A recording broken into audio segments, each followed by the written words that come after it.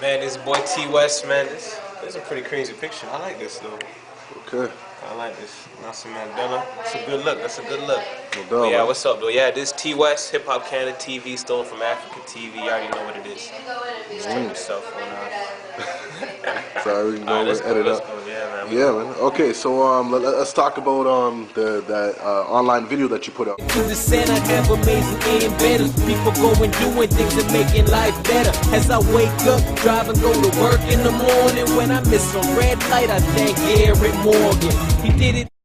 I know you like released that, a little bit early, before, the Black History Month, just to get, a vibe going on. So what made you decide to like release a Black History Month, I guess, inspired song? It's because when you look at Black History Month, so many people wait for the last minute to really do anything about it, right? Like, even when I put up the video there and I was kind of shopping around, showcasing different organizations, different places, etc., it's like, well, what are you doing for Black History Month? These places, like, we don't know, but we should be doing something, right? I'm not going to air out no names, but those are like the responses that I'm getting. And it's kind of like, by putting on that song early, hopefully it just inspires people to start thinking about Black History Month, kind of get in their heads and start doing something about it, right? Start organizing their events, getting things going on, because it's important, man. People need to know, right? So that's why I felt like I had to do something like that, pretty much. Word, man. So let's talk about, I guess, like the lyrical content. Like, I know you're big enough, like a lot of Black conventions and stuff that like a lot of people don't even know about in terms of like conventions and whatnot, and the Black contributions to society. So I guess I want you to talk about that. Yeah, most definitely, right? It's like every year that I do it, this is pretty much the third time that I've done Black History Month songs, right?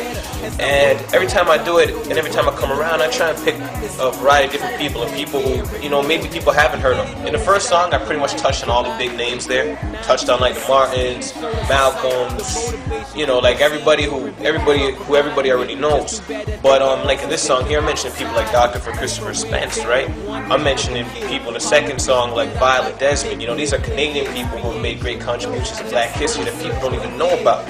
And what I like is when I even touch on these names that people don't know, sometimes people come back to me and they come with a variety of different names as well, right? Like, like, West, you never touched on this person. West, you never touched on this person. Like, heck, I'm standing in front of a poster of Nelson Mandela right now, and I don't even think I've mentioned Nelson Mandela in a Black History Month track, So I want people to be inspired. I want people to send me names, and, I just want to shed light on everybody. If you've done something great in Black history, let the people know about it, because it deserves to be recognized.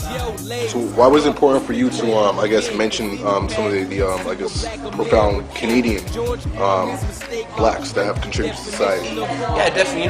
The way how I look at it realistically, if I probably stepped into a high school right now, say any Toronto high school, and there's 20 Black students there, and I asked about, like, say, famous Black Canadians, like, maybe one out of the 20 could probably name me perhaps a black person who made an important contribution to Black history, right?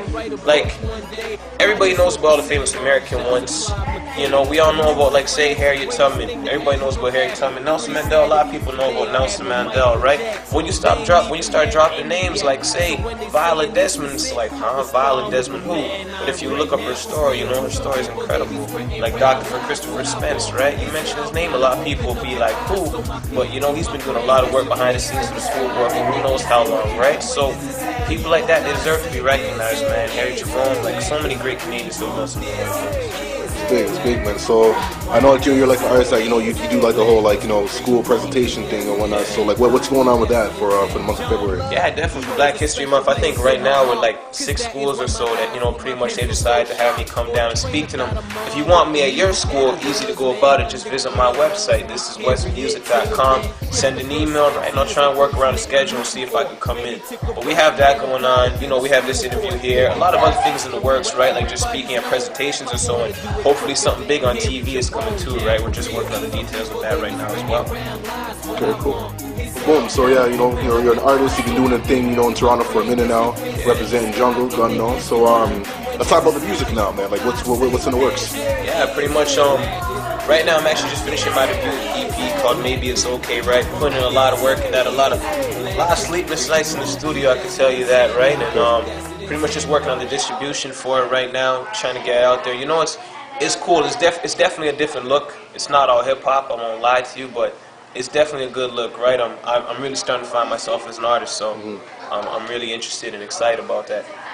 Scene. Now, I know last time we linked up, you were talking about you were actually in school, man. I believe it was Centennial College. Yeah, man. Yeah, and a lot of people, or just in general, the perception of an artist or a rapper in particular, man, they don't really associate education with being an artist, man. So, would you talk about some of the things that you were studying in school? Yeah, of course. I'm trying to get that marketing degree, right? Realistically, with the school thing, I'm not gonna stop till they call me doctor, man. Know what I mean?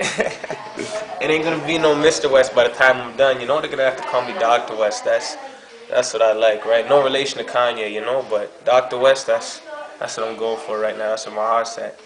So you're studying marketing, man. Like, how was that? I guess helped or improved your, I guess, promotion of your music and anything you're involved. Yeah, definitely.